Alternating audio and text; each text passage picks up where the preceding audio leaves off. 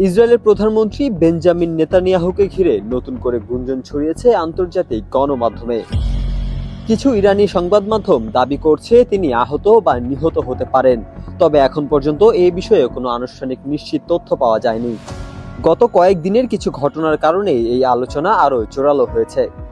প্রায় 3 দিন ধরে নেতানিয়াহুর ব্যক্তিগত প্ল্যাটফর্মে কোনো নতুন ভিডিও বার্তা প্রকাশ হয়নি।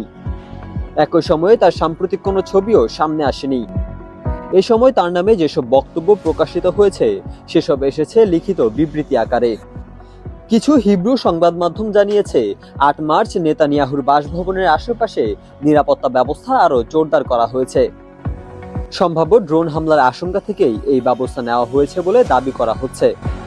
এদিকে যুক্তরাষ্ট্রের সাবেক প্রেসিডেন্ট ডোনাল্ড ট্রাম্পের জামাতা ও বিশেষ প্রতিনিধি স্টিভ উইটকফের নির্ধারিত ইসরায়েল সফর হঠাৎ বাতিল হওয়ায় আলোচনায় এসেছে।